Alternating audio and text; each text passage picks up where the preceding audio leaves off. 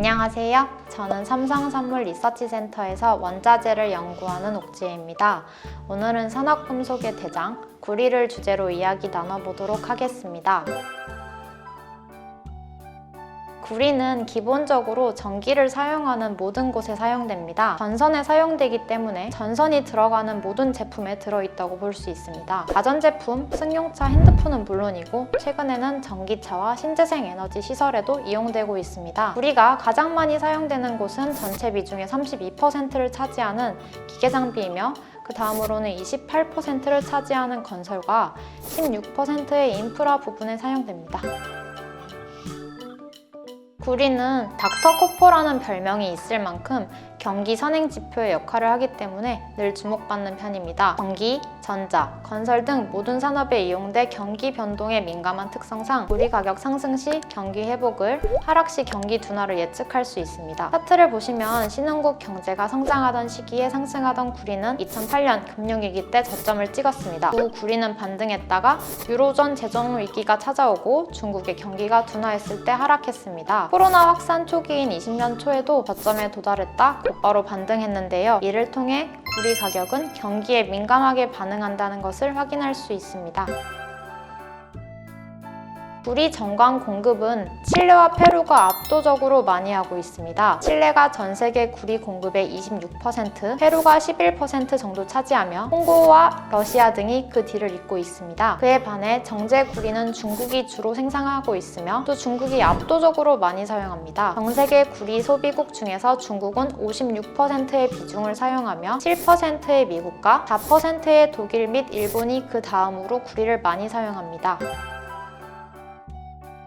수요 측면에서 구리 가격은 중국과 미국의 인프라 투자가 확대될 때, 중국 부동산 시장이 활성화될 때, 친환경 수요가 증가할 때, 이중 갈등이 완화될 때 상승합니다. 공급 측면에서 구리 가격은 가뭄으로 인해 구리 광산의 용수가 부족할 때, 페루와 칠레의 시위로 광산 운영이 중단될 때, 중국의 환경 규제로 제련소 가동률이 하락할 때 상승합니다. 또한 구리 가격은 달러와 역의 상관관계를 보이기 때문에 달러화가 약세를 띠는 경우 가격이 상승할 수 있습니다. 같은 이유로 금리 인상 기조를 유지하던 연준이 금리 인하로 스탠스를 전환한다면 달러화 약세 요인이기 때문에 구리 가격에도 상승 압력으로 작용합니다.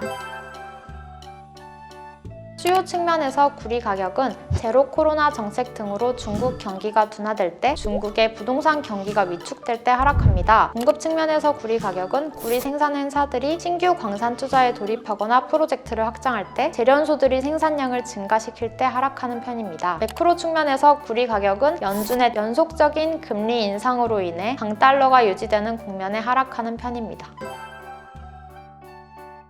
2002년 1,500달러에 머물렀던 구리는 세계 경제 성장을 따라 8,800달러까지 올랐으나 2008년 리먼 브라더스 파산 직후 폭락해 그해 연말에는 2,900달러에 도달했습니다. 세계 경제가 회복되기 시작하자 구리 가격은 2011년 10,000달러를 찍으며 사상 최고치를 기록했습니다. 그러나 최고치는 오래가지 못했는데요. 그 후로 구리 가격이 5년간 하락 추세를 시작해 2016년 초 4,300달러로 바닥을 쳤기 때문입니다. 이후 구리 가격은 향후 4년 동안 5,000에서 6,000달러 사이에 상당한 보합세를 유지했습니다. 한편 2020년에는 코로나가 구리 광산의 채굴과 제련소 가동을 방해하여 경기 침체에도 불구하고 가격이 상승했습니다. 2020년 구리 가격은 3월 최저치인 4,600달러에서 상승하여 연말에는 7,900달러로 마무리했습니다. 2021년에는 경제 회복 조짐이 보이기 시작하자 구리 가격은 점점 더 상승해 역대 최고치인